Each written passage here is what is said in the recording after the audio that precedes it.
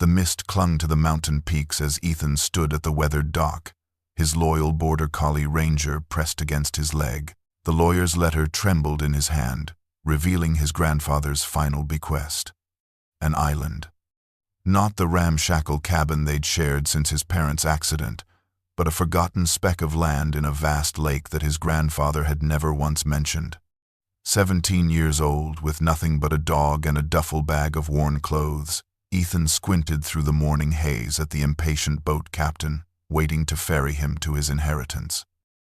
Among his grandfather's few possessions was a tarnished brass key with unfamiliar markings and a cryptic note: "The truth lies beneath the seventh stone." What secrets had the old man carried to his grave? What lay hidden on that distant shore? And why, after a lifetime of struggle and sacrifice in these mountains, had his grandfather kept an entire island hidden from the grandson he'd raised as his own? The journey across the lake was tense and silent, broken only by the captain's gruff warnings about incoming storms and the isolation that awaited. "Ain't no phone service out there, boy," he muttered, eyes fixed on the approaching shoreline. "And I can't always make it back if weather turns. You best be prepared to fend for yourself." Ethan nodded, one hand absently stroking Ranger's thick fur as the other clutched his grandfather's key.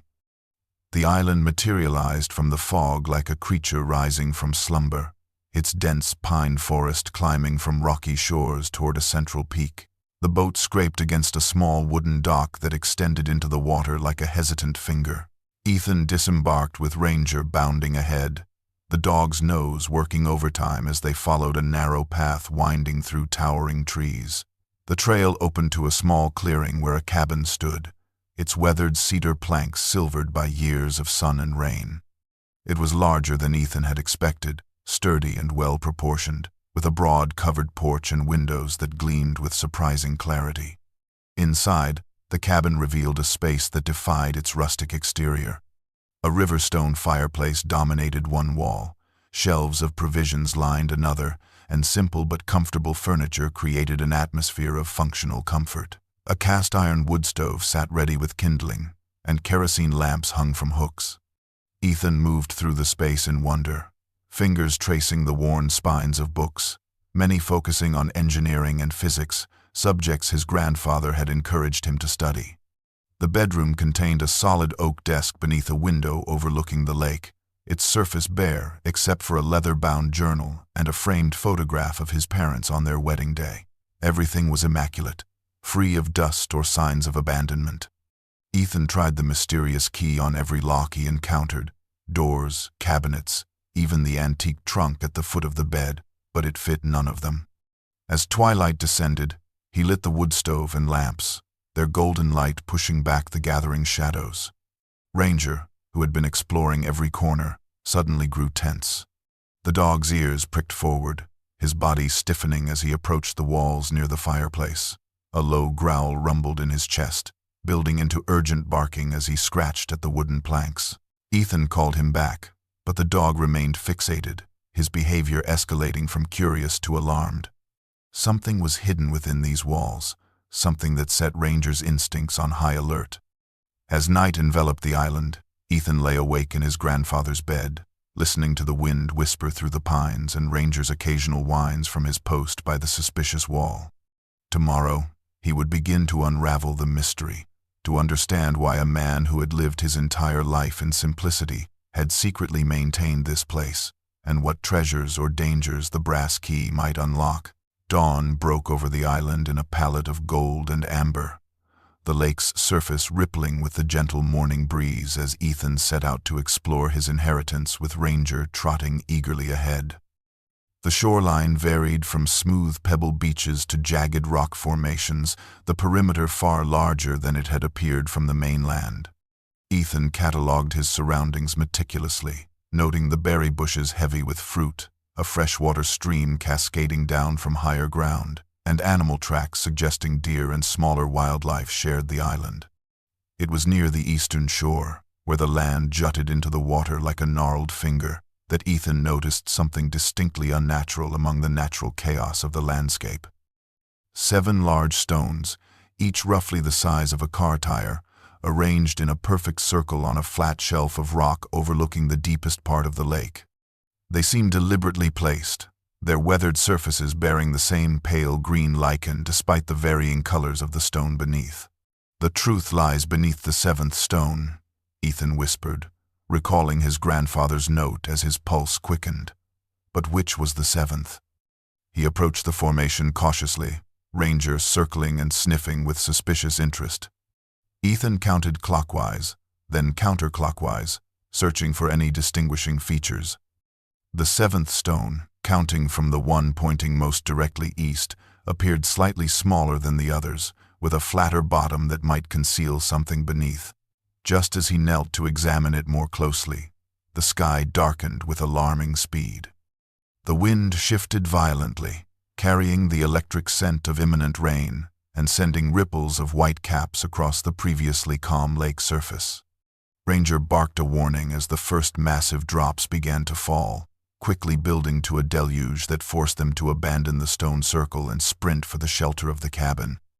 They arrived, soaked and breathless, the storm now in full fury, lashing the windows with rain driven horizontal by howling winds. Once dry and settled before the crackling warmth of the wood stove, Ethan returned to the desk that had caught his attention the previous day. The leather journal seemed ordinary enough, but something about the precise arrangement of objects on the desktop struck him as deliberate. He slid his fingers along the desk's edges, discovering a small, nearly invisible button beneath the right corner. When pressed, a narrow drawer popped open from what had appeared to be solid wood, revealing another, much older journal bound in cracked leather and fastened with a tarnished clasp. Inside, yellowed pages contained meticulous entries dating back to 1967, with detailed sketches of the island, including topographical maps, geological surveys, and diagrams of underwater features surrounding the shore. Most curious were the annotations describing energy readings and magnetic anomalies around the stone formation he had just discovered. The handwriting was educated and precise, the notation scientific in nature, but the script was definitely not his grandfather's familiar scrawl. Ethan flipped to the front cover, finding the initials A, K, and a small insignia resembling a stylized aurora.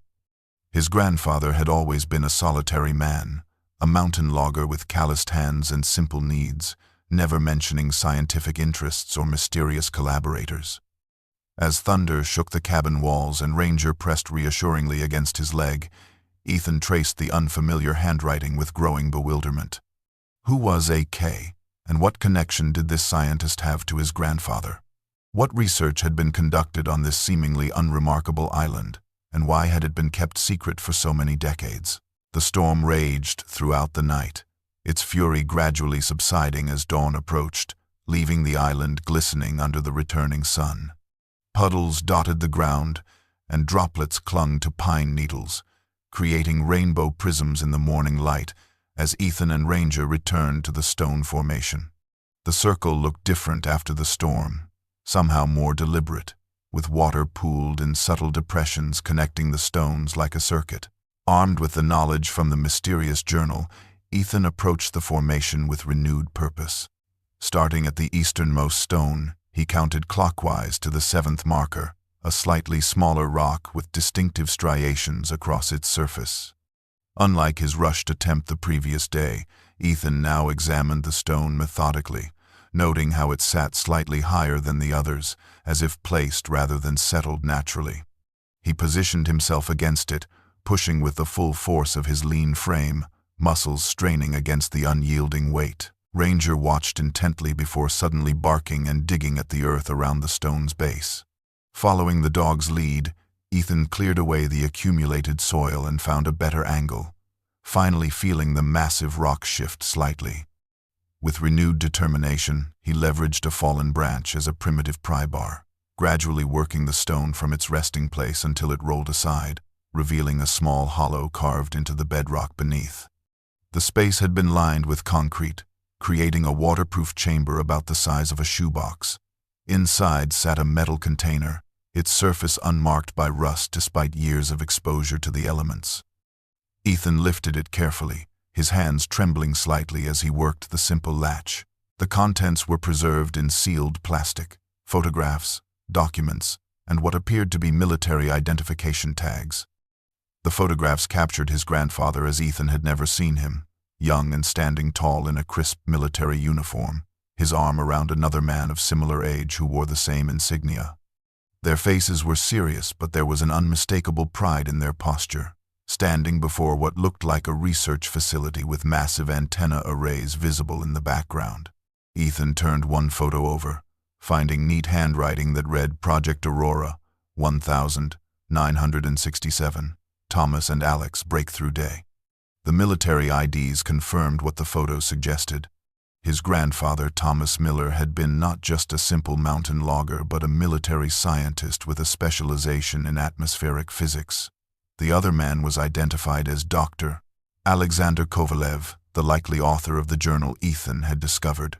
Before he could examine the remaining documents, Ranger suddenly abandoned his position at Ethan's side, racing toward the island's interior with purpose rather than the playful exploration of previous outings. The dog stopped several yards away, barking insistently until Ethan packed the container into his backpack and followed.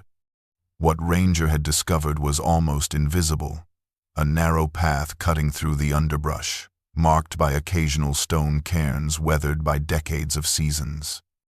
The trail had been deliberately disguised, with fallen logs and natural growth obscuring its course.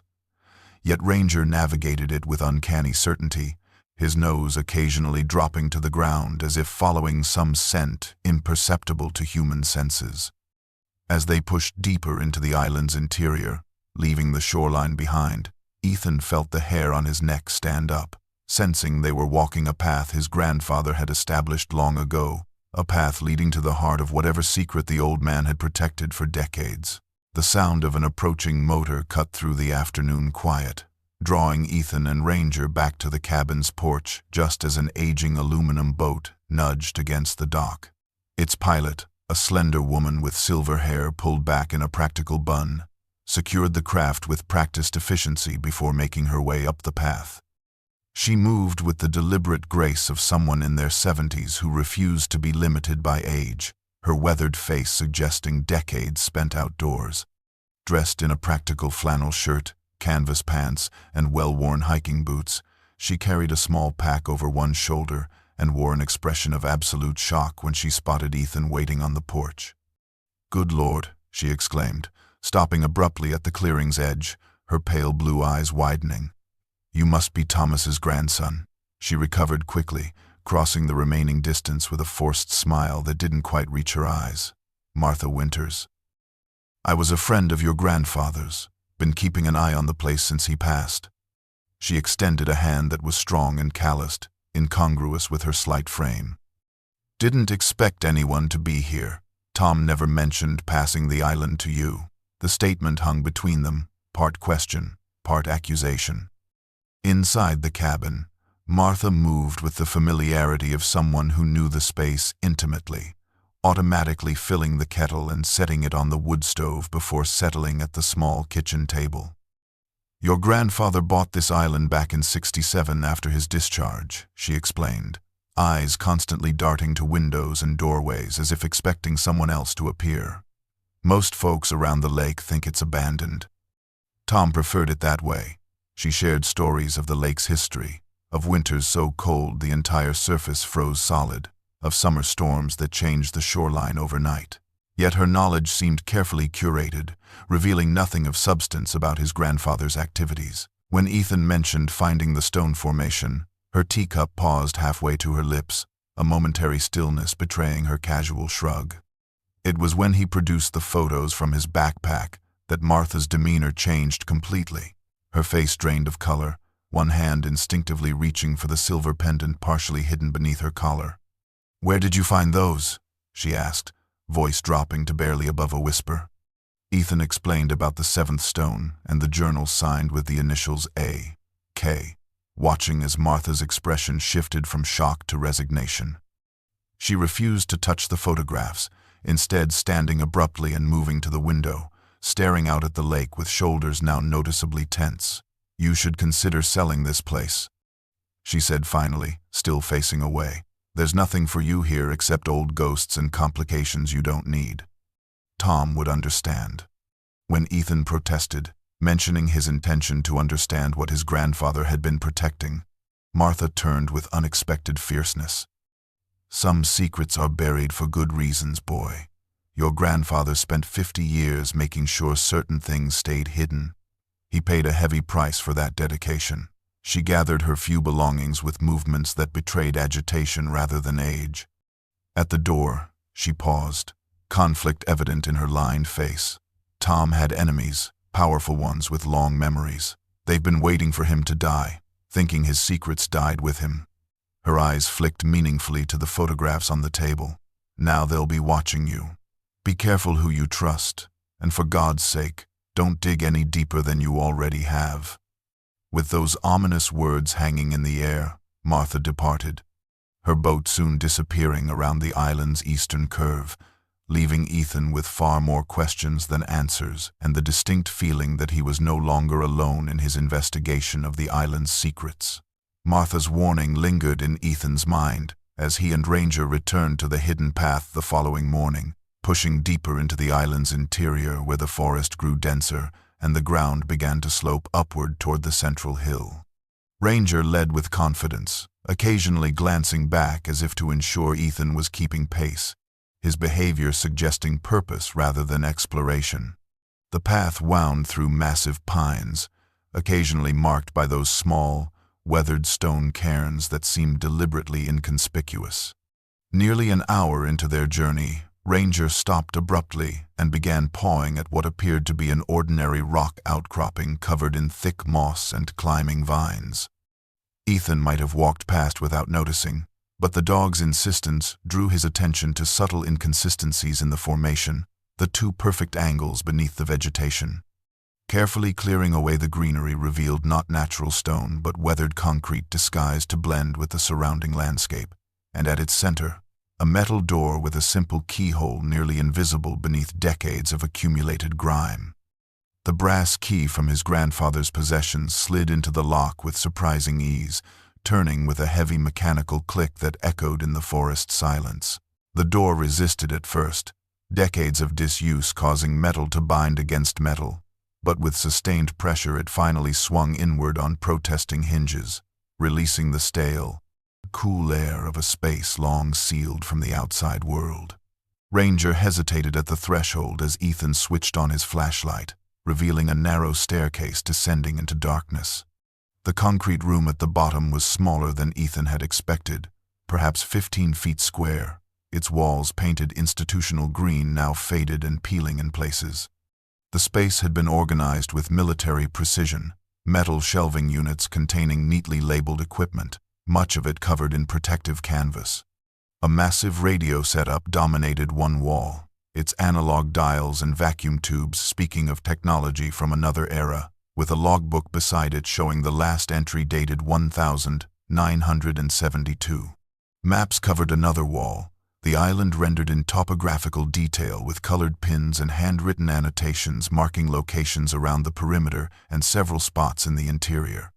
Red circles highlighted the stone formation Ethan had already discovered, while blue markers indicated several locations he had yet to explore, including one at the island's highest point, labeled simply Primary Site. A heavy metal container resembling a safe sat in one corner, its surface unmarked except for a complex digital lock requiring a 6-digit code that no amount of manipulation could bypass. Most revealing were the framed photographs hanging above a small desk preserved in the controlled environment of the bunker. They showed his grandfather alongside Alex Kovalev and 3 other men, all wearing lab coats and standing before a facility featuring distinctive geometric architecture. One photo captured an aerial view of what appeared to be this very island, but with a substantial installation visible at its center, complete with satellite dishes and a helicopter pad, a facility that Ethan had seen no evidence of during his exploration. He studied the images closely, noting the proud expressions of the men, the official military vehicles in the background, and most significantly, the project name visible on a sign. Project Aurora. Sustainable Energy Initiative.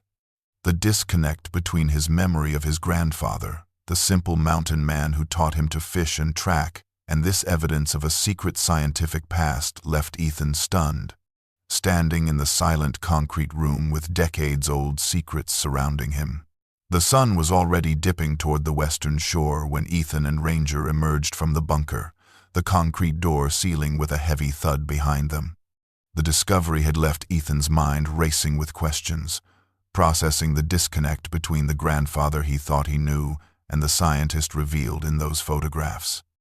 Lost in thought, he almost missed the subtle signs as they approached the cabin, but Ranger's sudden alertness, hackles rising as they neared the porch, pulled Ethan sharply back to the present.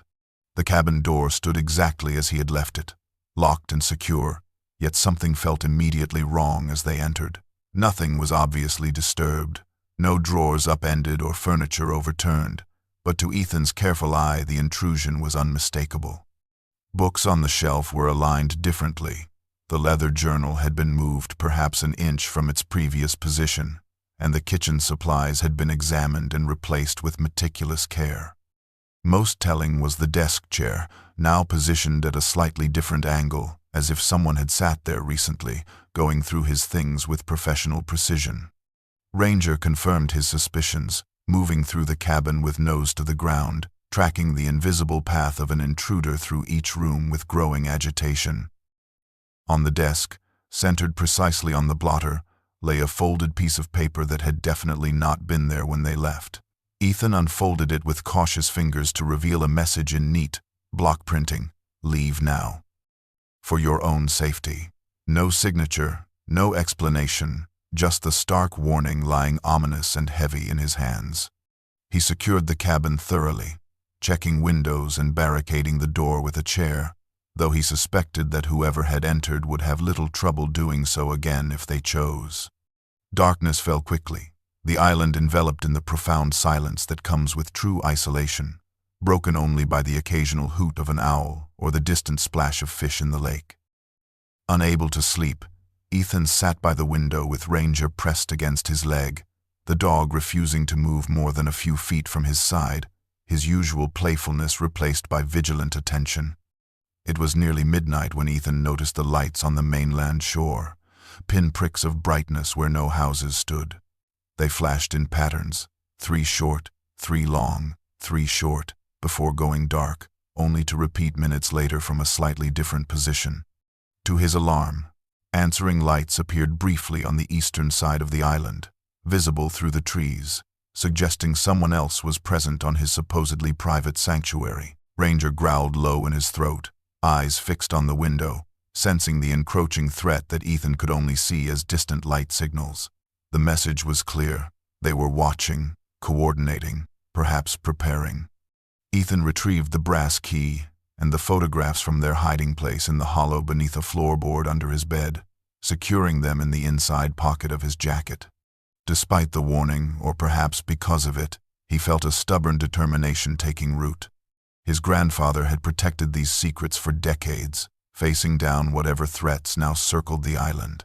The old man had chosen him as heir not just to property but to responsibility, and Ethan would not be intimidated into abandonment. Whatever Project Aurora had been, whatever still remained hidden on the island, it was his legacy to uncover and protect. Dawn found Ethan navigating the small motorboat he had discovered concealed beneath a tarp behind the cabin, Ranger standing alert at the bow as they crossed the misty lake toward the mainland. Martha had mentioned living in a blue cottage near the north shore, information that proved sufficient as Ethan spotted the weathered structure nestled among towering pines at the edge of the small lakeside community. The woman appeared unsurprised when she opened her door to find Ethan on her porch, merely sighing deeply before ushering him inside a home filled with books and mementos of a life spent in scientific pursuit.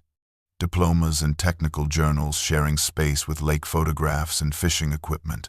Someone broke into the cabin, Ethan stated without preamble, watching Martha's face carefully. They left a warning telling me to leave.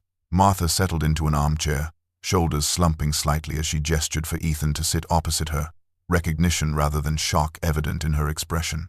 I feared this would happen once word got out that the island had a new owner, she said, pouring coffee from a thermos with slightly trembling hands. Your grandfather was protected by his reputation for solitude and by certain, shall we say, arrangements with local authorities. But those protections died with him. She studied Ethan for a long moment before visibly coming to a decision. Thomas Miller was not just a logger when you knew him, boy. Back in 1967, he was Captain Thomas Miller, a brilliant physicist working for a classified government energy research division.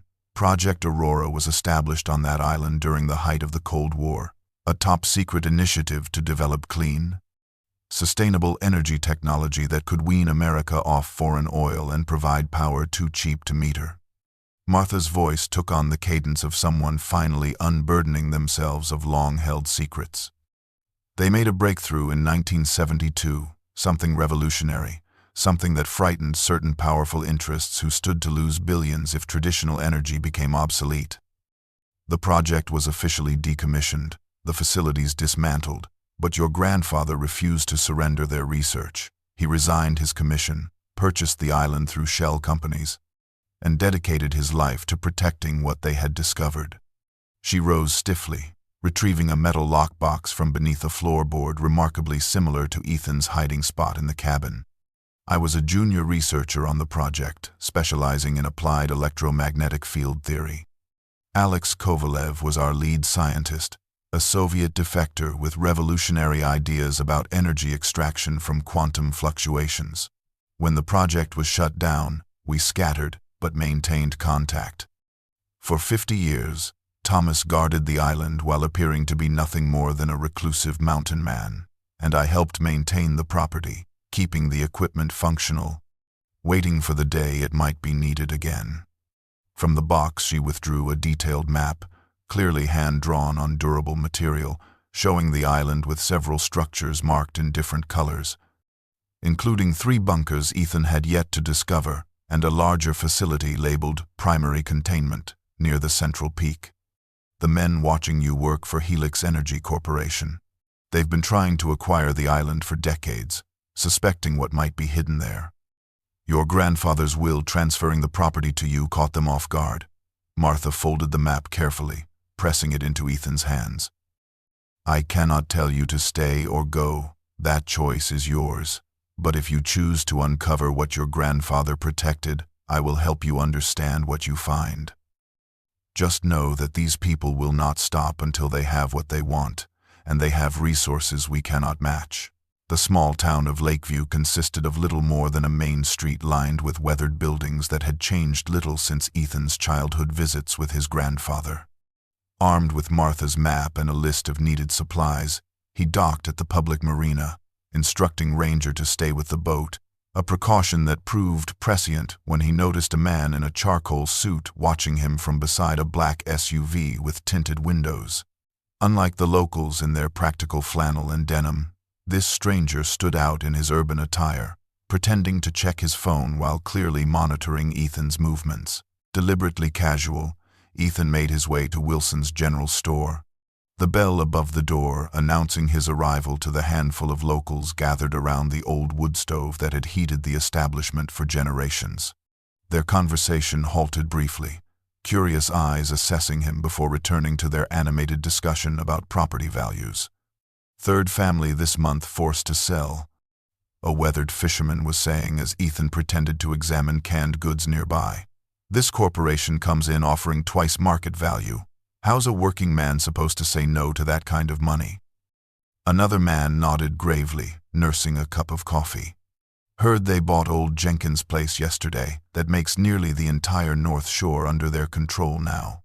The store owner, Harold Wilson, a friend of his grandfather's who had always slipped Ethan candy as a child, approached with recognition lighting his eyes.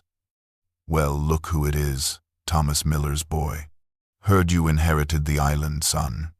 His handshake was firm, but his eyes darted nervously toward the window where the suited man now stood openly watching the store. Been meaning to boat out and welcome you properly. Harold lowered his voice as he began gathering Ethan's supplies. Should warn you, though, been some folks in here asking very specific questions about that property. Fancy types from some outfit called Aurora Resources, flashing corporate credentials and making what sounds like threats dressed up as offers. He leaned closer, bagging canned goods with practiced efficiency. Your grandfather never much cared for them. Used to say they were the kind that would burn down a forest to find a single gold coin. By the time Ethan completed his purchases and headed back toward the marina, the suited man had vanished, but something more concerning awaited at the dock. The gruff boat captain who had first brought him to the island stood cornered against a boathouse wall, visibly uncomfortable as two men in expensive suits gestured with what appeared to be official documents. Their polished appearance couldn't disguise an underlying aggression in their posture, like predators circling wounded prey. Ethan approached cautiously, causing both men to turn sharply, assessing him with cold, calculating eyes before exchanging meaningful glances and retreating to the same black SUV he had noticed earlier. Hours later, as dusk approached and Ethan prepared to return to the island, the captain appeared at his boat, face tense with concern. "Listen, boy," he muttered, helping secure the supplies. "Those men, they work for Aurora Resources Corporation. Been trying to buy your grandfather's island for years, offering ridiculous money that he always refused. They asked a lot of questions about you, about how long you're planning to stay." He glanced nervously over his shoulder before continuing. "Whatever your grandfather was protecting out there, these people wanted bad enough to bend laws finding it. Watch yourself, and maybe consider their offer when it comes, because trust me, it will come." Darkness had fallen by the time Ethan returned to the island, using only the stars and his familiarity with the shoreline to guide the boat to the hidden dock on the western side, away from prying eyes. The following morning, he spread Martha's map across the cabin table, comparing it with the topographical renderings he had found in the first bunker. According to her markings, a second installation lay nestled in a rocky outcropping near the island's northern point, accessible only by a path so faint it barely existed. Following her precise directions, Ethan and Ranger navigated through dense underbrush and over moss-covered rocks, the trail invisible to anyone without explicit knowledge of its existence. The bunker entrance was even more cleverly disguised than the first, built directly into the natural stone of the hillside, with access hidden beneath a false rock slab that pivoted on counterweights when pressure was applied to a specific point. The brass key unlocked an interior door leading to a space larger than the previous bunker, its air noticeably drier and better preserved. This facility had clearly been designed for research rather than monitoring, with workbenches lining the walls and specialized equipment carefully preserved under sealed coverings. Glass display cases contained what appeared to be prototypes of components, each meticulously labeled with scientific notation. Ethan only partially understood despite his engineering studies. The centerpiece of the room was a large drafting table where technical diagrams lay protected under a sheet of transparent material, depicting what appeared to be a revolutionary energy generation device.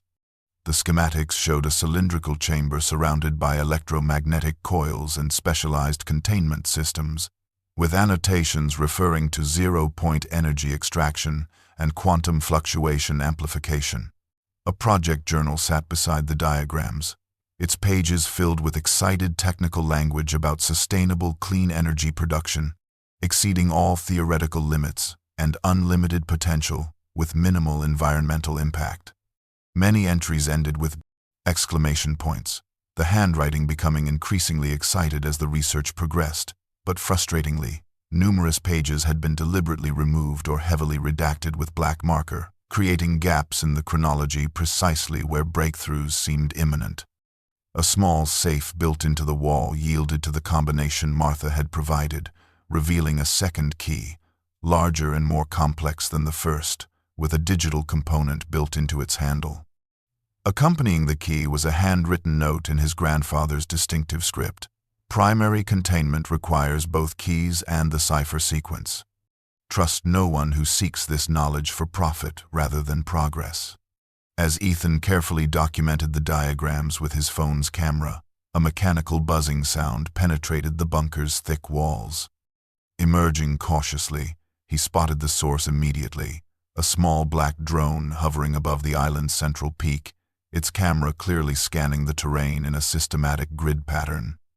The device was too sophisticated for local use, its matte black surface devoid of identifying markers as it methodically surveyed every inch of the island, occasionally hovering longer over areas that corresponded to locations marked on Martha's map. Pulling Ranger into the cover of the trees, Ethan watched the drone complete its surveillance before speeding toward the mainland. Confirmation that Aurora Resources was done with subtle observation and moving to more aggressive tactics in their search for whatever his grandfather had protected for half a century. The sleek motorboat that approached the dock 3 days later bore no resemblance to the weathered craft used by locals, its glossy white hull and powerful engine marking it as distinctly out of place on the rustic lake.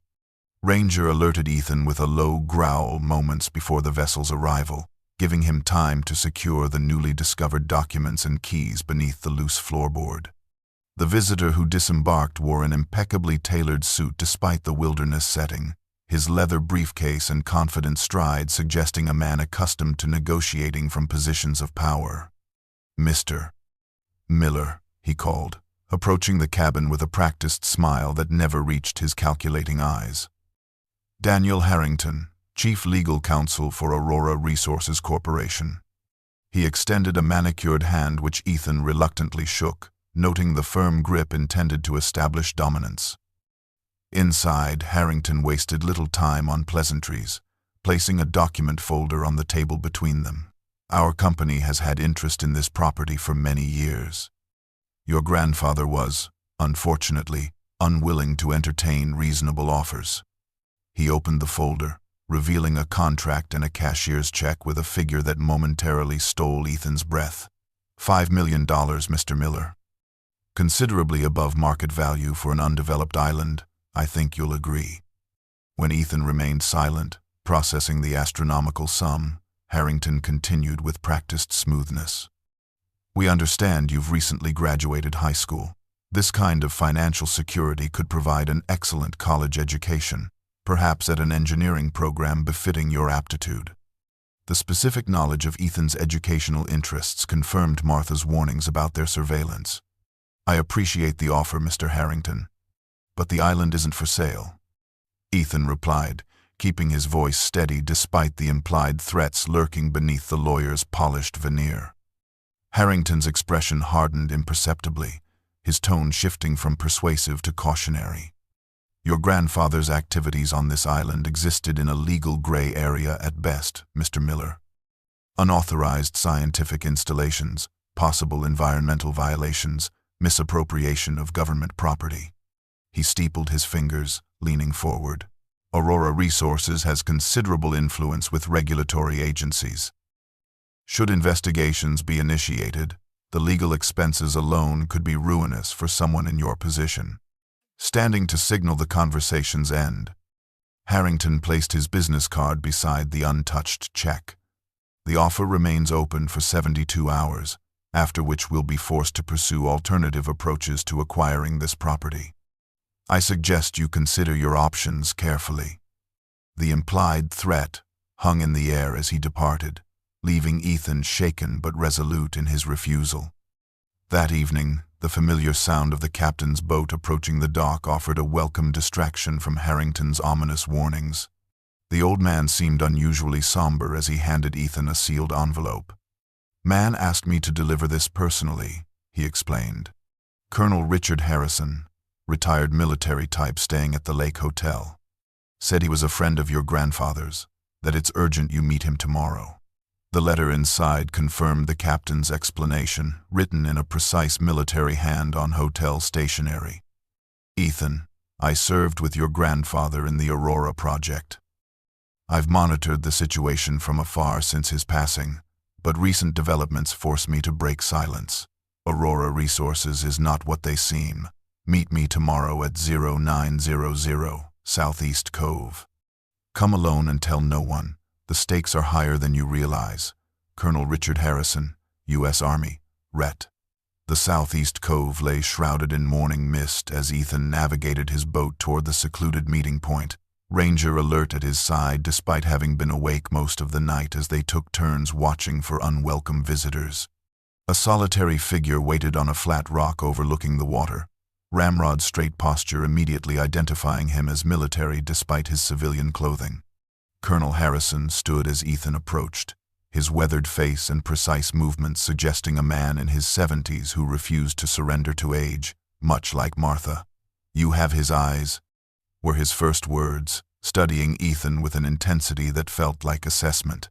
Same stubborn determination Thomas always had. They settled on fallen logs facing each other, the colonel scanning their surroundings continuously, the habits of a lifetime of security consciousness evident in every movement.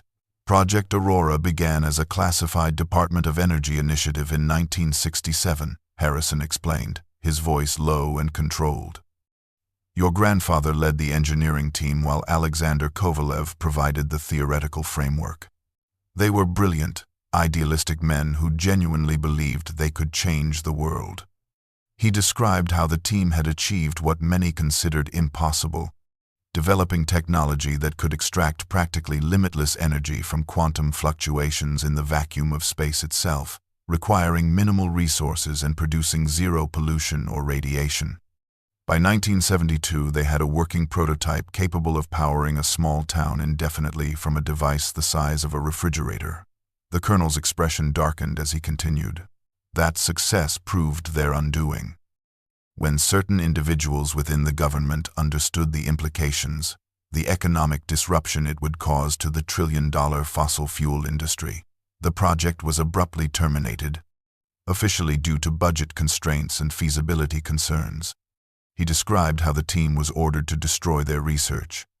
But Ethan's grandfather and Kovalev had secretly preserved the core elements, establishing the island facility off all official records. "Your grandfather purchased this island through shell companies with his family inheritance, creating a sanctuary where they could continue refining the technology until the world was ready for it." Harrison leaned forward, voice dropping further.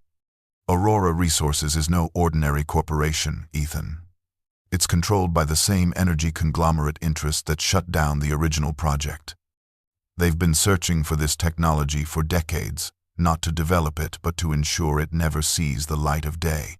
From his jacket, Harrison produced a small device resembling a specialized compass with digital components. "This will lead you to the main research facility. The electromagnetic signature of the Aurora device creates subtle distortions detectable only with specialized equipment."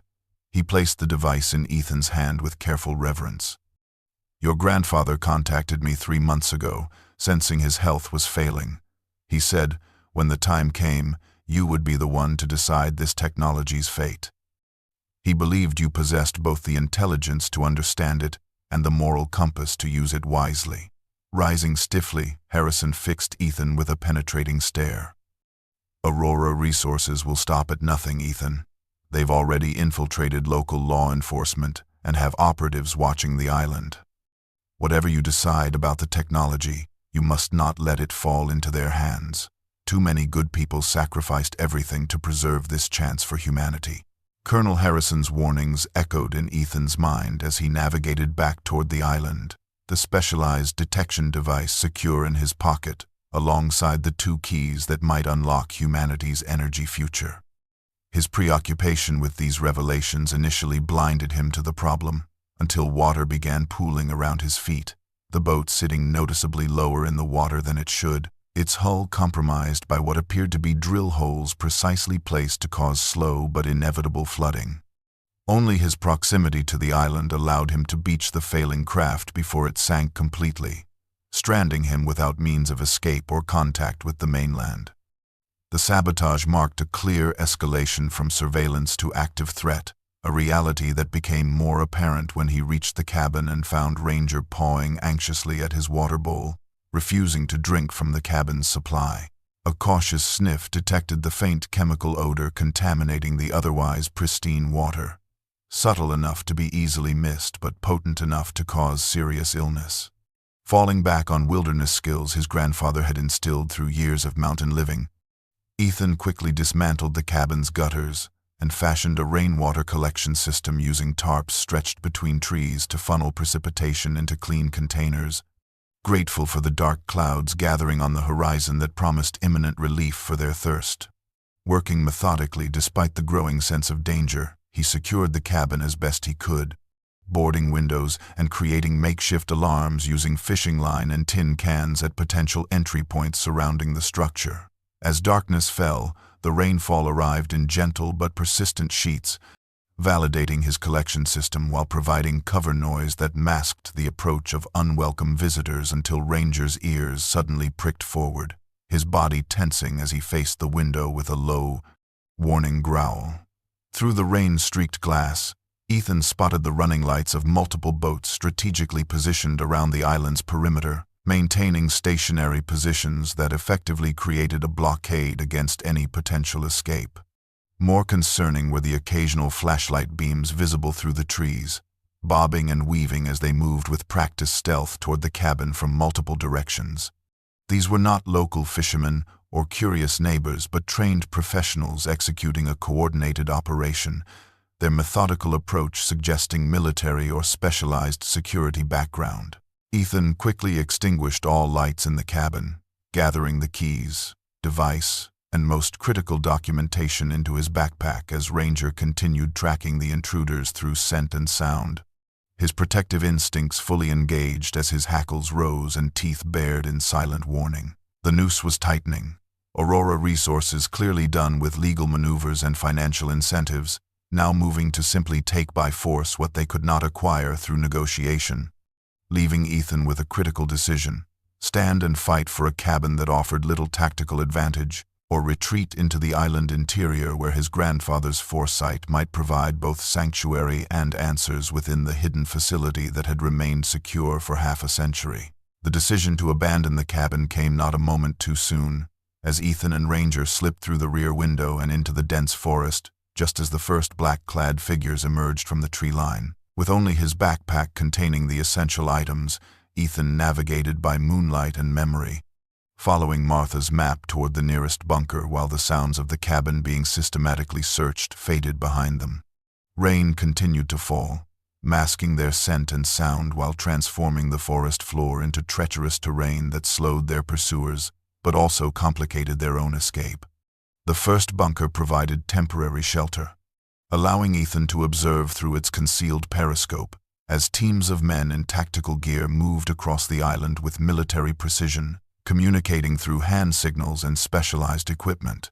Most concerning was their methodology, focusing exclusively on locations that corresponded to those marked on Martha's map, suggesting they possessed detailed intelligence about the island's secrets. From bunker to bunker, Ethan and Ranger moved, always a step ahead of the search teams, but with options diminishing as more mercenaries landed on the island, their equipment including thermal imaging devices that would eventually negate the advantage of hidden structures. During a particularly close encounter, Ethan was forced to divert from the mapped paths, leading Ranger down a steep embankment toward the water's edge on the island's northwestern shore. The unstable ground, saturated by days of rain, suddenly gave way beneath him, sending both boy and dog sliding down into a previously hidden crevice concealed by decades of vegetation growth. Rather than the hard impact Ethan expected, they plunged into surprisingly warm water within a partially submerged cave, its entrance disguised by overhanging rock formations that created the illusion of solid shoreline from above. Surfacing with a gasp, Ethan found himself in a spacious cavern with artificial lighting embedded in the rock walls, illuminating a sophisticated dock system where a small submersible craft was secured alongside more conventional boats, all bearing the distinctive Aurora Project insignia. The facility extended beyond the dock into the island itself, with reinforced doorways and equipment suggesting regular use, far more recent than the project's supposed termination decades ago. Most significantly, embedded in the wall beside the main entrance was a complex locking mechanism with 2 key slots and a numerical keypad, perfectly matching his grandfather's cryptic note about primary containment requiring both keys and a cipher sequence.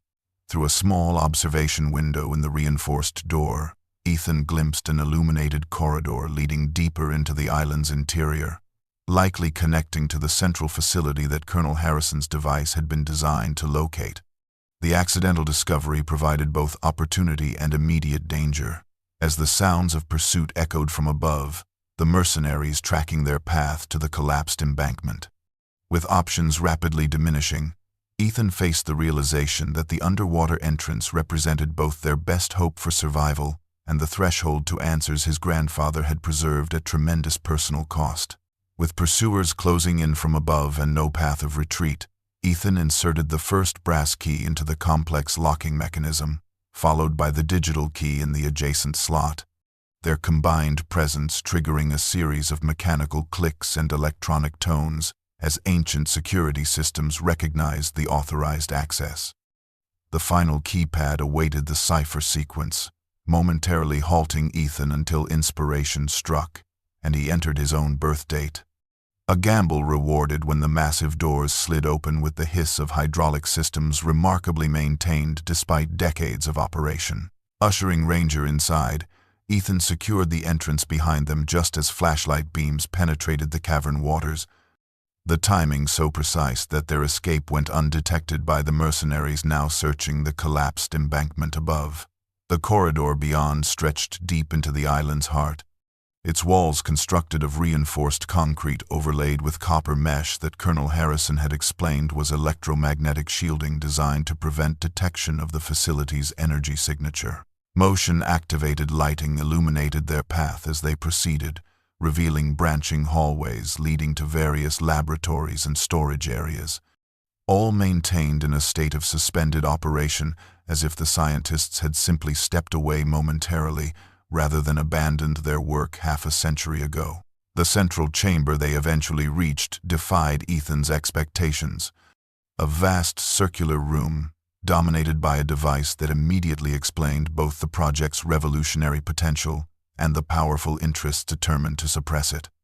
The Aurora generator stood approximately 12 feet tall, its cylindrical core surrounded by precisely arranged electromagnetic coils and containment fields, the entire apparatus connected to monitoring equipment that still displayed active readouts despite the facility's apparent abandonment. Adjacent to this marvel of engineering was a smaller room that clearly served as his grandfather's private laboratory, its walls covered with equations and diagrams tracking the evolution of the technology from theoretical concept to functional prototype. Personal touches humanized the space, photographs of a much younger Thomas Miller working alongside his colleagues.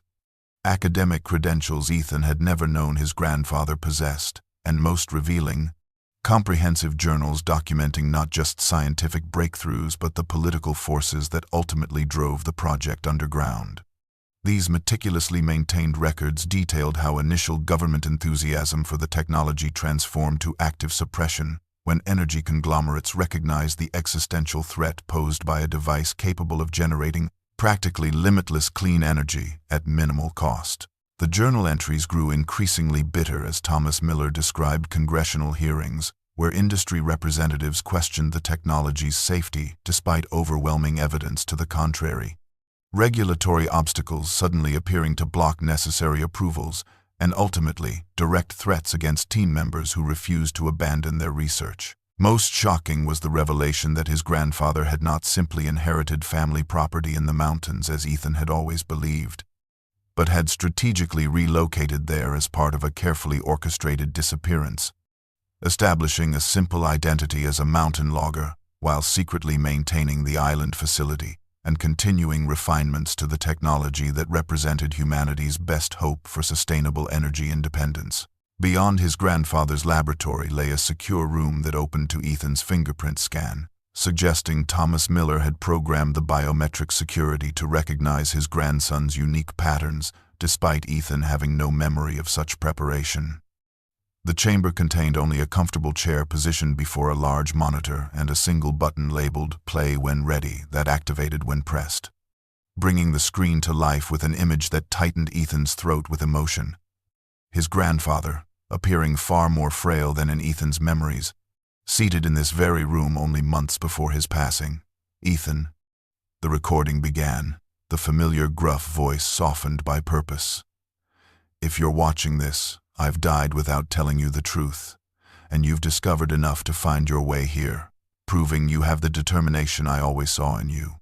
Thomas Miller explained how the island facility represented his life's work, a technology so revolutionary that powerful forces had conspired to ensure it never reached the public. What we created was not just an energy source, but freedom from dependency, a way for humanity to access nearly limitless clean power without resource wars or environmental destruction. The old man's eyes grew distant with memory before focusing with renewed intensity. There's something else you deserve to know, something I've carried alone for too long. Your parents' death was not the accident investigators claimed. Ethan felt Ranger press against his leg as if sensing his sudden distress while his grandfather continued, voice heavy with regret. Your father was my research assistant before meeting your mother. Both knew about Aurora technology and were helping me refine the prototype when their car was forced off Mountain Ridge Road, a professional operation disguised as a tragic accident, sending a clear message about what would happen if we continued. Thomas explained how he had immediately claimed custody of 7-year-old Ethan, abandoning his public scientific identity completely to become simply a mountain logger raising his orphaned grandson, maintaining the Aurora facility in absolute secrecy while protecting Ethan through deliberate misdirection about his own background and abilities. I taught you survival skills and engineering principles disguised as practical mountain living, watched your natural brilliance develop despite the simple education available in our remote location, and saw in you the same ethical compass that drove the original Aurora team. The message continued with technical instructions for completing calibrations to the generator that Thomas had been implementing incrementally over decades, adapting the technology to modern components and preparing it for eventual public release when conditions proved favorable. The decision now belongs to you, Ethan. The corporations hunting this technology have infiltrated government agencies, manipulated energy markets, and demonstrated willingness to eliminate obstacles through any means necessary. His grandfather leaned closer to the camera, eyes bright with conviction beneath bushy brows. You alone must decide whether to destroy this facility completely, preventing the technology from falling into controlling hands, or find a way to release it to humanity as we originally intended, bypassing the powerful interests determined to suppress it. Whatever you choose, remember that the true inheritance I leave you is not an island or a scientific breakthrough, but the integrity to do what is right regardless of personal cost. The revelation about his parents' fate left Ethan emotionally shaken but resolute in his determination to honor his grandfather's legacy, spending hours studying the technical documentation and preparing to implement the final calibration sequence that would bring the Aurora generator to full operational capacity. With Ranger at his side, he eventually retraced his steps through the facility toward the underwater entrance, planning to assess the mercenaries' positions and potentially contact Colonel Harrison for assistance. The moment he emerged from the reinforced door into the cavern dock, powerful flashlight beams blinded him as multiple laser targeting dots appeared on his chest, surrounding figures materializing from concealed positions. "Hands where we can see them, Mr. Miller," commanded a coldly professional voice as armed men in tactical gear secured his backpack and the precious keys it contained. Their leader stepped forward, a tall man with military bearing and calculating eyes, who introduced himself simply as Harlow, Aurora Resources, head of security, before gesturing toward a secondary boat where Martha sat with wrists zip-tied, her expression a mixture of defiance and apology. "Miss Winters was unfortunately uncooperative when we invited her to join our operation," Harlow explained, directing his men to secure Ethan while maintaining a respectful distance from Ranger, who growled low and dangerous beside him. "Your movement patterns around the island were quite informative," Harlow continued as they forced Ethan back through the facility entrance. "We've been monitoring you since your grandfather's death, knowing you would eventually lead us to secrets we couldn't locate despite years of searching." Inside the main corridor, Martha caught Ethan's eye with subtle intensity, a silent communication passing between them as Harlow compelled him to guide them deeper into the facility, toward the central laboratory containing the Aurora generator. "Your grandfather was remarkably thorough in hiding this place," Harlow admitted, professional admiration briefly coloring his otherwise emotionless demeanor. 15 years of surveillance, and we never detected the energy signatures. The underwater entrance was particularly clever.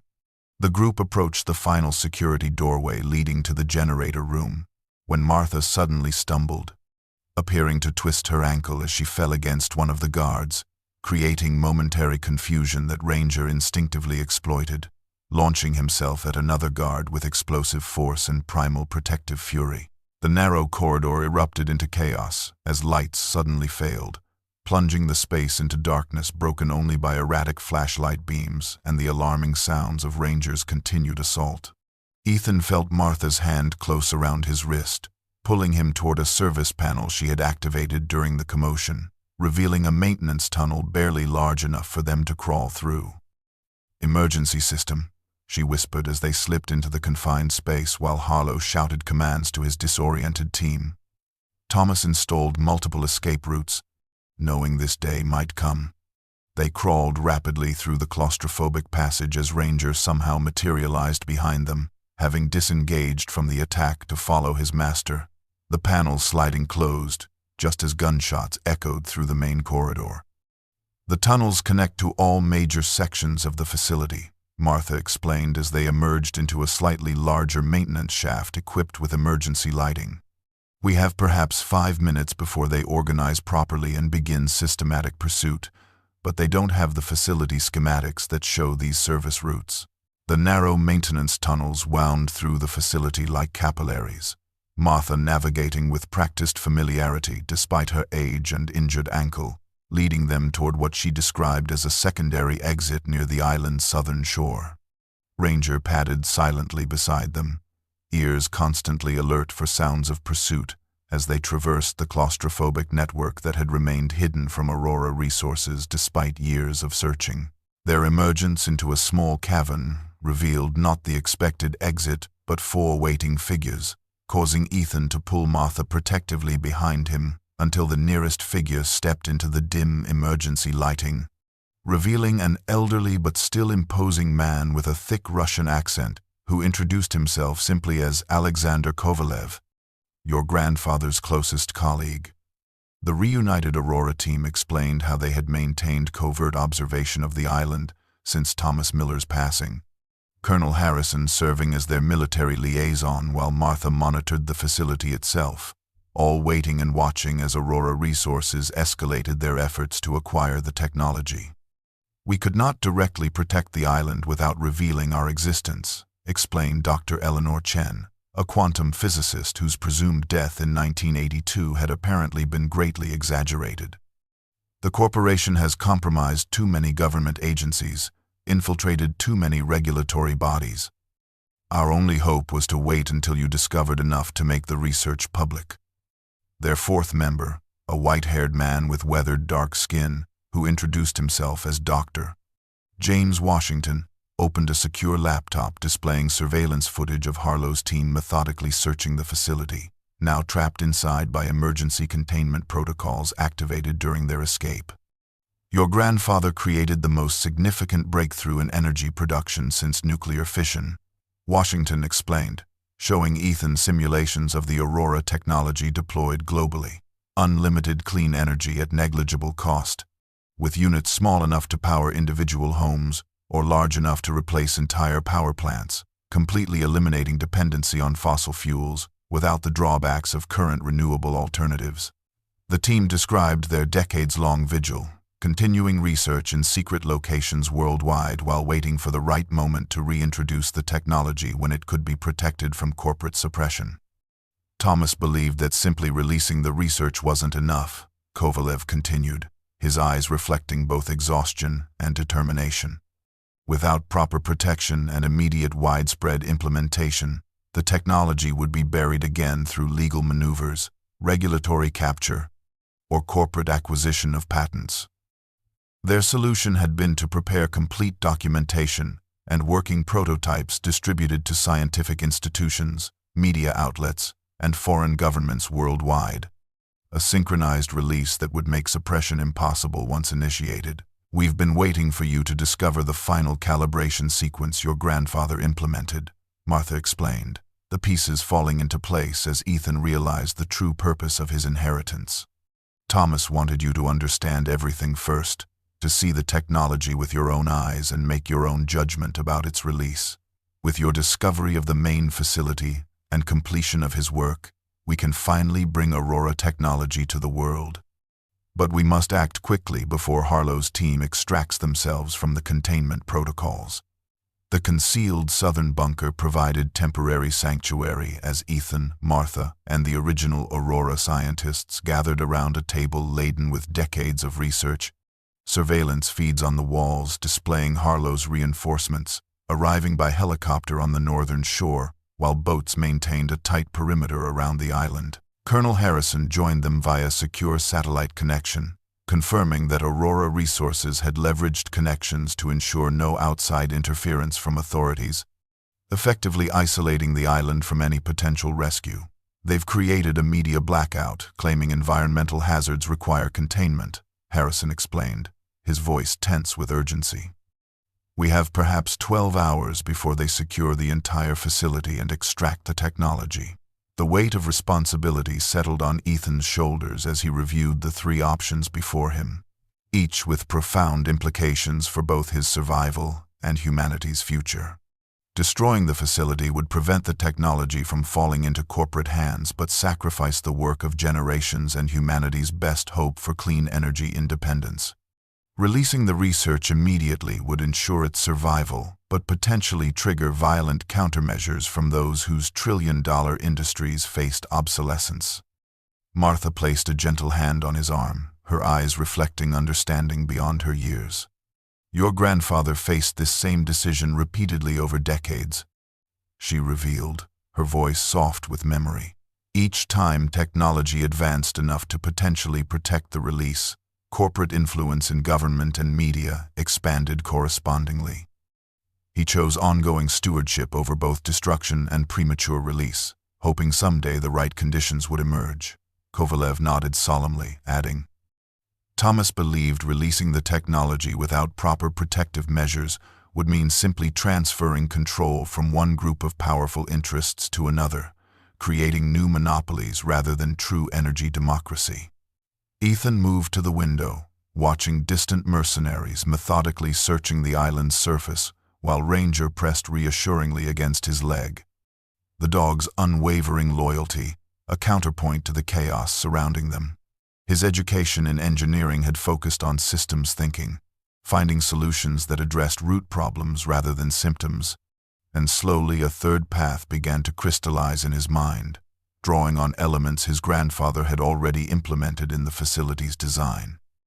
The Aurora technology works by tapping into quantum energy fields that exist everywhere, he began, returning to the table with growing conviction.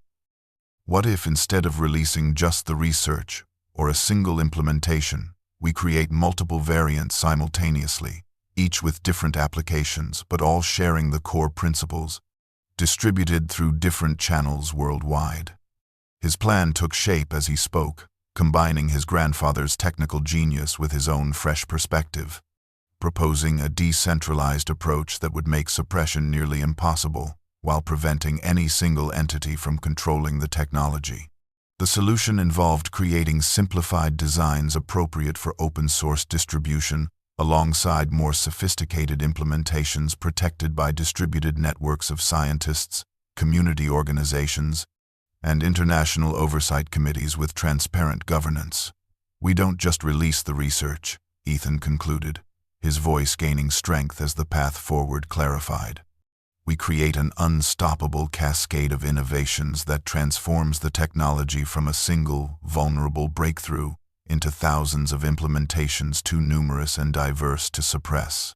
The implementation of Ethan's strategy began within hours, the aging scientists moving with renewed purpose as they leveraged technology that had evolved during their decades of waiting. Dr.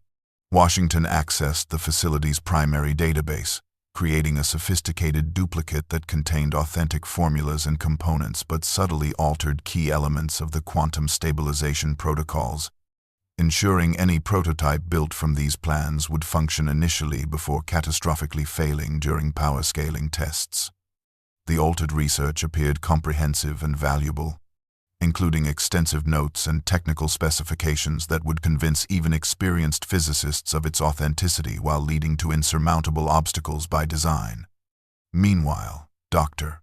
Chen established secure connections through buried fiber optic lines that had remained inactive for years, transmitting the genuine research in encrypted packets to their global network of trusted colleagues positioned in research institutions across 6 continents, each receiving only fragments that would remain dormant until simultaneously activated by a predetermined signal. Martha supervised the reconfiguration of the facility's emergency protocols, creating a vulnerability that would allow Harlow's team to seemingly bypass security measures and discover the altered database in what would appear to be a significant breakthrough. Most difficult was convincing Colonel Harrison to evacuate Kovalev and the other scientists via the underwater passage, while Ethan remained behind, a necessary risk to maintain the deception through direct confrontation. Harlow needs to believe he's won, Ethan explained as he prepared for his role, loading the falsified data onto prominent servers while concealing backup generators that would maintain power to critical transmission equipment, regardless of external tampering. His corporate masters will only accept success from him, creating pressure that makes him vulnerable to seeing what he desperately wants to see. With Ranger reluctantly departing with the scientists despite his protective instincts, Ethan prepared himself mentally for direct engagement with the head of security, knowing his youth might be perceived as inexperienced to be exploited rather than recognizing the strategic mind his grandfather had cultivated through years of chess matches and engineering challenges. The final stage required precise timing, with Ethan deliberately triggering security alerts that revealed his position in the central laboratory, surrounded by impressive but ultimately superficial research displays while the actual transmission equipment operated silently in shielded compartments beyond detection. Harlow's response was predictably aggressive, tactical teams converging on the laboratory with military precision while maintaining communication blackout protocols that prevented them from recognizing the scientific evacuation happening simultaneously at the island's southern edge.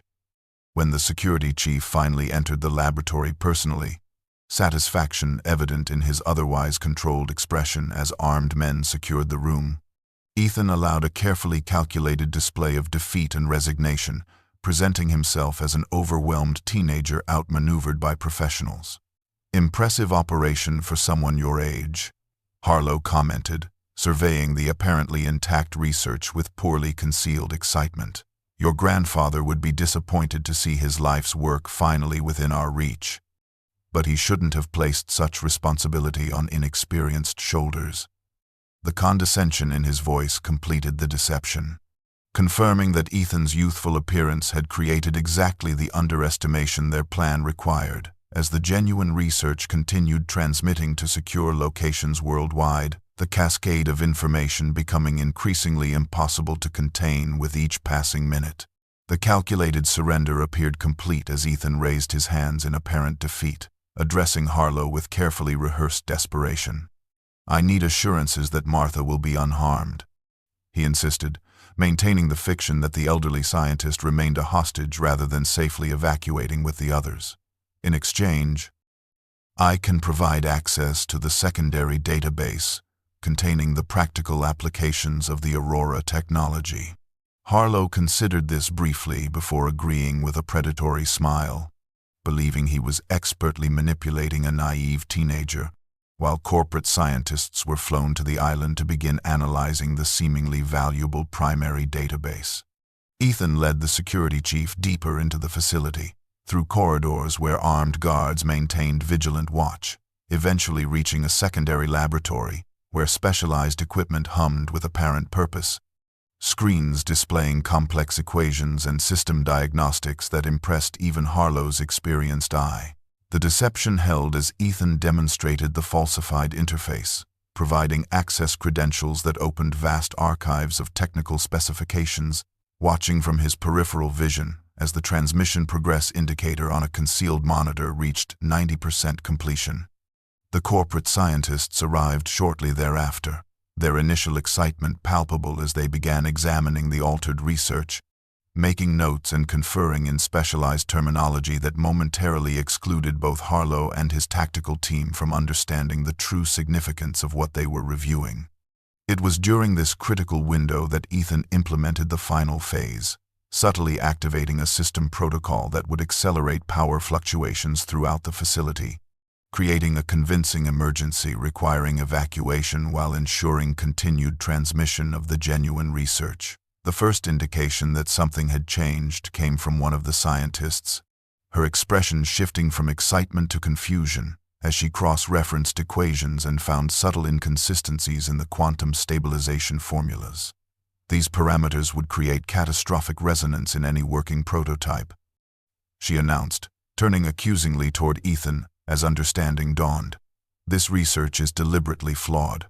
Harlow's reaction was immediate and violent, crossing the room with shocking speed to grab Ethan by the throat, slamming him against the laboratory wall as alarms began to sound throughout the facility. "Where is the real research?" he demanded, rage breaking through his professional demeanor just as the power system entered its programmed fluctuation cycle, lights flickering ominously as ancient equipment struggled with deliberate overloads. The momentary distraction allowed Ethan to break free, the physical confrontation escalating as he fought to maintain the deception for crucial remaining minutes while transmission completion approached 100%. Harlow proved formidably trained, his military background evident in precise strikes that Ethan barely evaded, the security chief relentless in his pursuit as the facility around them deteriorated further. Automated announcements now warning of critical system failure and imminent containment breach. The scientists abandoned their analysis as emergency protocols engaged automatically, massive blast doors beginning to close throughout the complex, while cooling systems vented superheated steam into corridors, creating chaos that separated Harlow from his tactical team. The confrontation reached its climax in the central generator room, where the Aurora prototype pulsed with increasingly unstable energy patterns, its containment fields fluctuating dangerously as Harlow cornered Ethan against the primary control console, unaware that the transmission had completed seconds earlier. The genuine research now securely distributed beyond corporate reach, regardless of what happened next.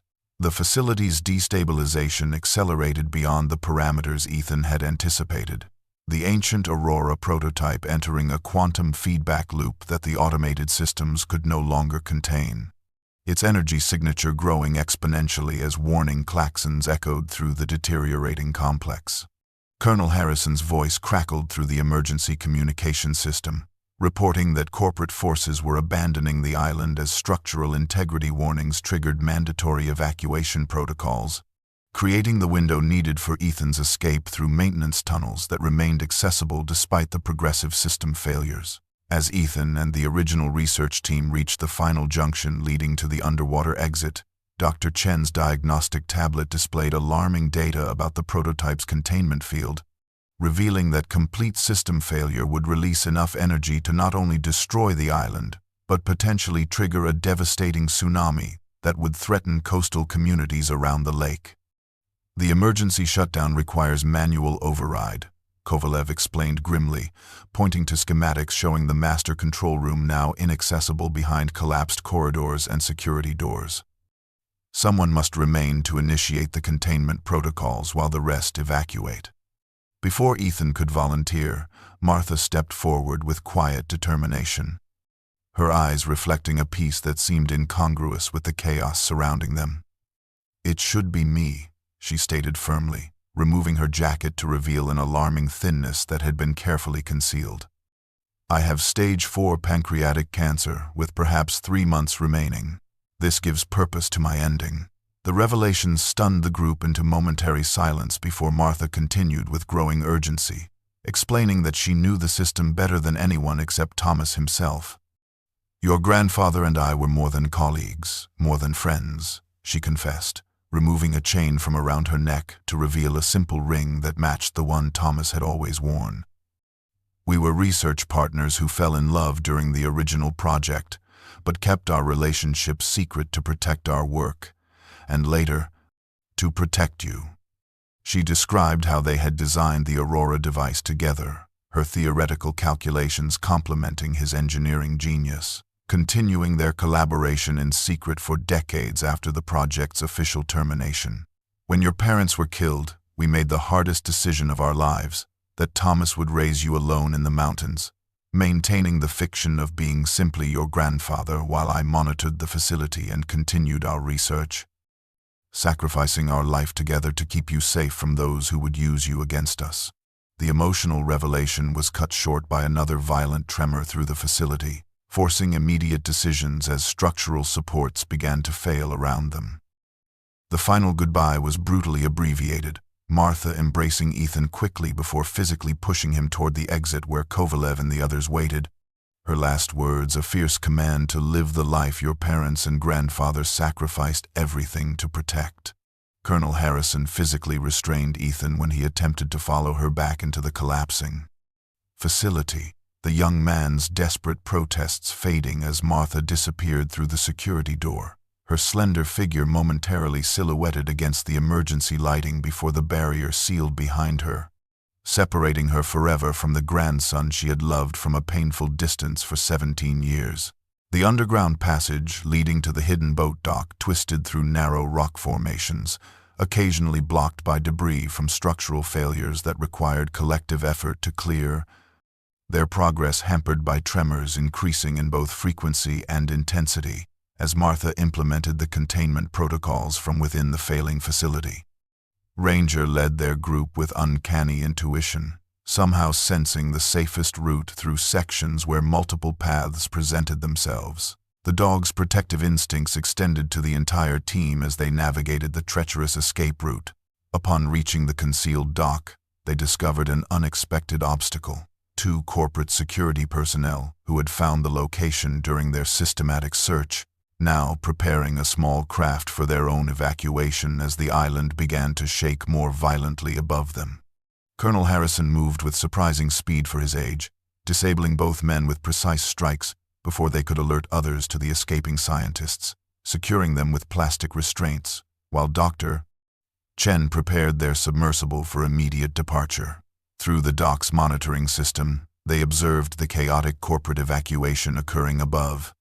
Harlow, visible on the surface, directing personnel onto helicopters that hovered precariously in the turbulent air currents created by the facility's increasing energy disturbances. The most alarming development came when their sensors detected quantum fluctuations growing exponentially within the central chamber where Martha worked frantically to prevent catastrophic containment failure. The reading suggesting she faced a nearly impossible task as systems designed half a century earlier struggled against physics they were never intended to control. With water now seeping through cracks in the cavern ceiling and support beams groaning under increasing stress, they completed final launch preparations, Ethan refusing to board until the very last moment, his eyes fixed on the facility monitoring screens showing Martha's life signs still active in the control room, despite radiation levels that approached lethal thresholds. Only Kovalev's firm reminder that her sacrifice would be meaningless if they failed to escape, with the research finally compelled Ethan to join the others as their vessel slipped beneath the surface of the lake, navigating through underwater channels that provided safe passage away from the increasingly unstable island. They emerged into open water just as corporate helicopters lifted from the island's surface, their powerful searchlights sweeping the surroundings in frantic patterns that suggested growing panic among the evacuation team. From what Colonel Harrison estimated was a safe distance, they witnessed the culmination of Martha's final act of scientific brilliance, the island's surface suddenly depressing inward rather than exploding outward as expected. A controlled implosion that contained the prototype's massive energy release, while creating a powerful but limited shockwave across the water that rocked their boat without capsizing it. The corporate helicopters banked sharply away from the collapsing terrain, barely maintaining stability in the turbulent air as the island's central peak folded inward upon itself with surprising precision, creating a perfect crater where the facility had once existed while leaving the surrounding forest largely intact. Visible confirmation that Martha had successfully modified the containment protocol to direct the energy release downward rather than outward, preventing the tsunami that would have devastated surrounding communities. Autumn painted the mountains in brilliant hues of red and gold as Ethan stood before the newly established headquarters of the Thomas Miller and Martha Winters Foundation, a modest building that belied the revolutionary work occurring within its walls and in partner facilities across 6 continents. The weeks following their narrow escape from the island had passed in a blur of activity, the distributed research now bearing fruit as Kovalev, Chen, and Washington coordinated with scientists worldwide to develop the first generation of working Aurora prototypes, each facility creating variations tailored to different applications from household units to industrial-scale implementations. Colonel Harrison had leveraged his extensive military connections to provide security for the most critical research centers, recruiting trusted former Special Forces operatives who understood the historical significance of protecting technology that could fundamentally reshape global power structures. Corporate attempts to interfere had begun almost immediately, with Aurora Resources launching aggressive legal challenges, claiming ownership of intellectual property they had never actually possessed, while energy conglomerates initiated lobbying campaigns questioning the safety of quantum energy extraction, despite overwhelming evidence of its benign environmental impact. These efforts proved increasingly futile as prototype demonstrations conducted for independent scientific committees yielded unanimous verification of the technology's functionality and safety profile, creating momentum that even the most powerful corporate interests could not entirely suppress. Most satisfying was the steady stream of whistleblowers emerging from within those same corporations. Individuals of conscience, providing documentation of systematic efforts to purchase or bury competing clean energy technologies over decades, creating a comprehensive case file that Senator Ramirez's Special Committee on Energy Independence had begun investigating with unprecedented bipartisan support. The foundation itself operated according to principles Ethan had established based on his grandparents' values, maintaining transparent open-source access to basic implementations while directing licensing revenue from advanced applications toward environmental restoration projects and community-owned power initiatives in regions most affected by traditional energy extraction. Dr. Chen had recovered Martha's research journals from a secure location specified in her final messages, revealing additional innovations she had developed during her years maintaining the island facility, including efficiency improvements that made even the smallest Aurora units capable of powering entire neighborhoods with minimal resources. Public awareness grew through carefully coordinated information campaigns, with technical journals publishing peer-reviewed research alongside mainstream media profiles of the Foundation's work, creating broad-based support that transcended political divisions through the universal appeal of energy independence and environmental restoration. Ranger remained Ethan's constant companion through these transformative weeks, the loyal border collie adapting to their new life with the same intuitive intelligence he had demonstrated during their island escape, somehow sensing when Ethan needed distraction from overwhelming responsibilities or quiet companionship, during moments of grief for the grandparents whose sacrifice had made this revolution possible. As preliminary production schedules were finalized for the first publicly available Aurora units, Ethan found himself reflecting on his grandfather's words about the true inheritance being not the technology itself, but the moral compass to use it wisely, a responsibility he now shared with a growing global community committed to ensuring that clean, accessible energy became not just a scientific achievement, but a transformative force for environmental healing and social equity. Winter surrendered reluctantly to spring, snowmelt feeding the lake to levels that nearly submerged what remained of the island when Ethan and Ranger finally returned, navigating the small boat through morning mist toward the transformed shoreline. The central collapse had fundamentally altered the island's topography, creating a bowl-shaped depression where the facility had been while leaving the perimeter largely intact.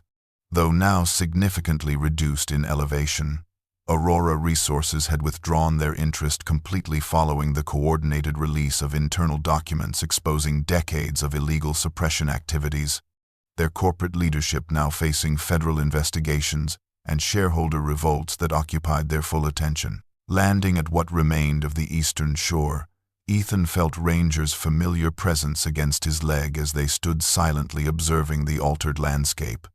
the dog seemingly understanding the emotional significance of their return to where their journey had begun months earlier.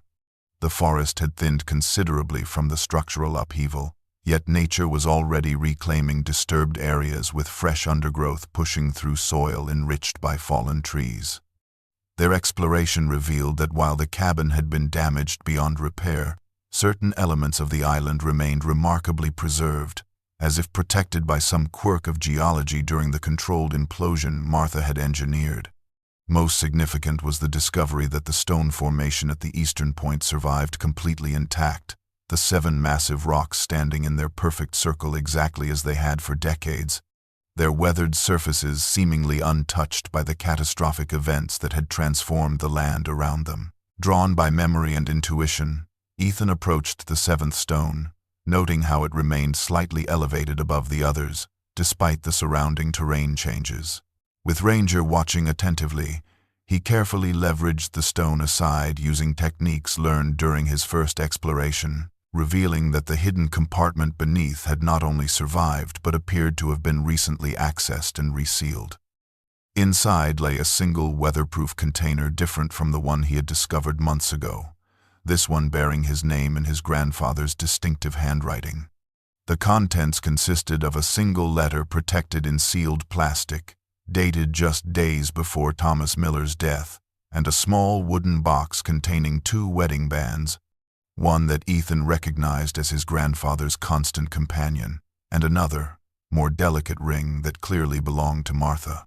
The letter spoke not of scientific legacy or corporate conspiracies, but of deeply personal matters, his grandfather expressing how watching Ethan grow had provided purpose during decades of sacrifice, how he had recognized in his grandson not just intellectual capacity but moral strength that gave him confidence in entrusting both the technology and its ethical application to the next generation.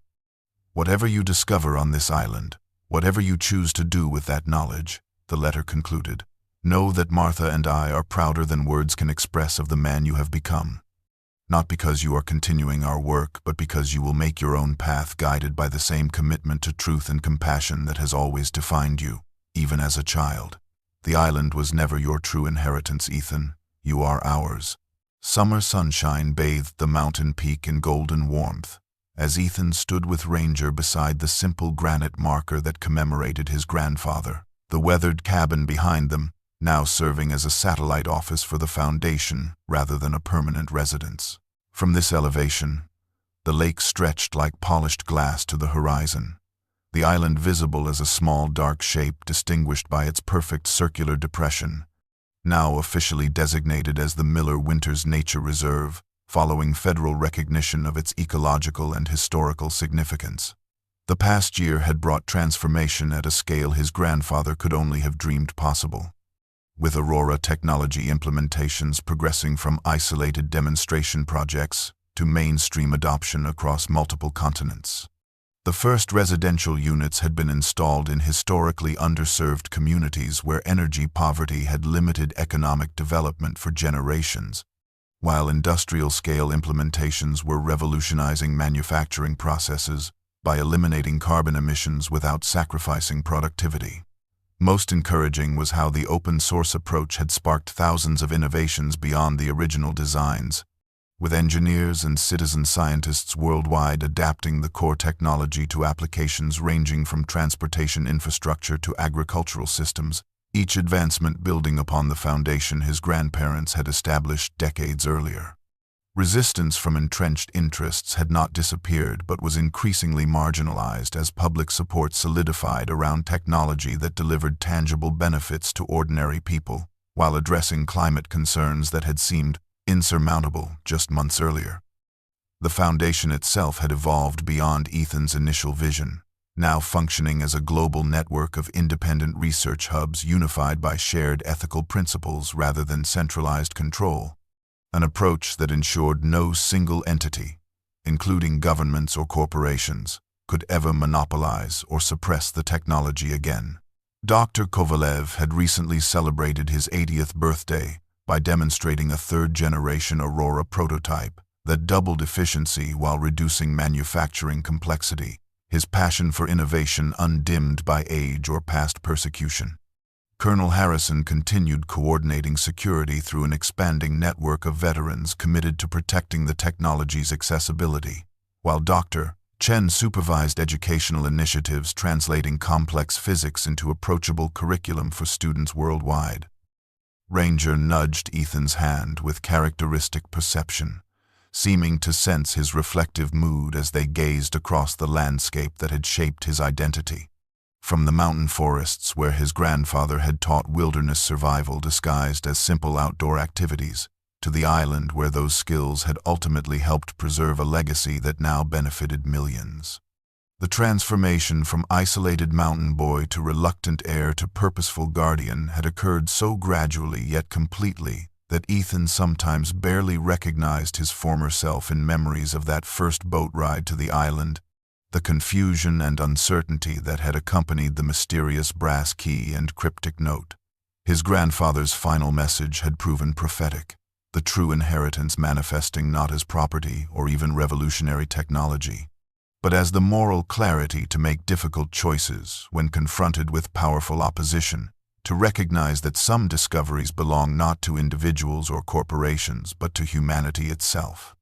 As he turned from the memorial to begin the descent toward the Foundation headquarters with Ranger trotting faithfully beside him, Ethan carried not just the technical knowledge his grandparents had preserved but the ethical framework they had embodied, a legacy more valuable than any energy breakthrough, guiding each decision toward the sustainable and equitable future they had sacrificed everything to make possible.